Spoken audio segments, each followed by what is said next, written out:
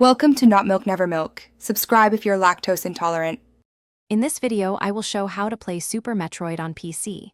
Start by installing a lightweight emulator and placing a legal ROM in a clear folder. Configure graphics and input settings next, choosing controller or keyboard mappings. Save states should be enabled for quick retries.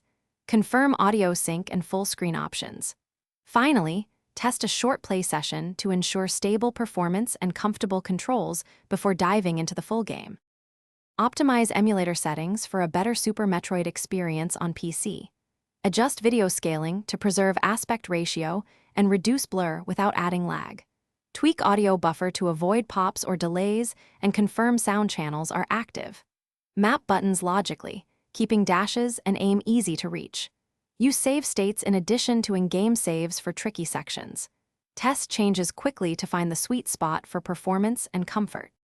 In this video, I will show how to play Super Metroid on PC. Quick recommendation. A book called The Simple Path to Wealth can change how you think about saving and freedom, which pairs oddly well with gaming goals like funding a better setup. If this guide helps, please subscribe and like so I can make more tutorials. Check the description for the link and other deals. Now let's get back to the video. Mastering controls makes Super Metroid on PC more enjoyable and less frustrating. Prefer a gamepad for tighter movement and smoother aim, but customize keyboard layouts if needed. Practice bomb jumping and wall jumps in a safe area to build muscle memory.